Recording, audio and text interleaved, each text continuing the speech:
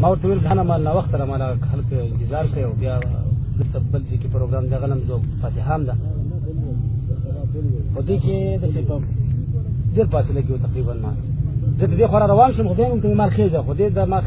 د یو او دلته زمونږ د باروز ګلو ملګري وو هغو پبلیسټي کوله نو ما خیال دی چې هغو ته راکوز شو اوس دغه ځای کې دا معلومات کول غواړي چې دا چا راکوز کړو یا په خپله د خلکو هلکانو ته راکوز شو دا هغه به راکوزېده خو پر ځای کې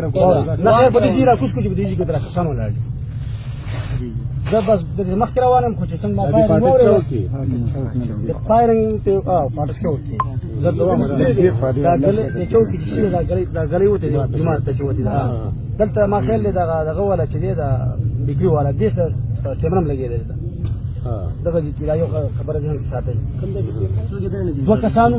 فایرنګ یې پرې وکړو خو بس چې ما دې ته خیال وکړو بس ما منډه کړې بس دا زه بس ښه کافي ور روان ولاړه باندې ګاډي نه کوز وو سالکو ریحان چې ولګېدو یاره داسې پاسې ورته ولاړو مخامخ ورته ولاړو بالکل په چوک کې په هر سایډ کیمره لګېدلې دا کسان به راغستي دوه کسانو مخ نه ګاډي کې وشته ګاډي ته خطو بس ګاډي کې مشکل او مخکې کریمه شیشې ماتې ګاډي نه ګاډي کې نه دی نه ګاډي څنګه کوز پروت و دا په پروت ما واورې خبره ما واورې زه ټول دا هلکان ولاړ دي دا حقایقو ته ومه چې دا ټول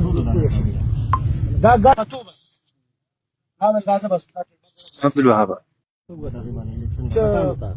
خټانو ته ووتم دا هغه لکه مې ډزې وکړلې د کور ته مې اوازونه مو کړل ما چې هلکان دوه کسان درله او په دې کنده کې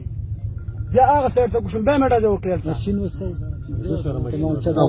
هغه څه دوه تمانچې دوه کسانو بیا چې تقریبا دوه کسانو بیا ما دا هلکان مې کندې ته کوشم بیا ما ته کسان وویل چې بای دوه کسانو بایک باندې داسې لاړه په دې خوړ باندې پورې وه دغه حادثه وه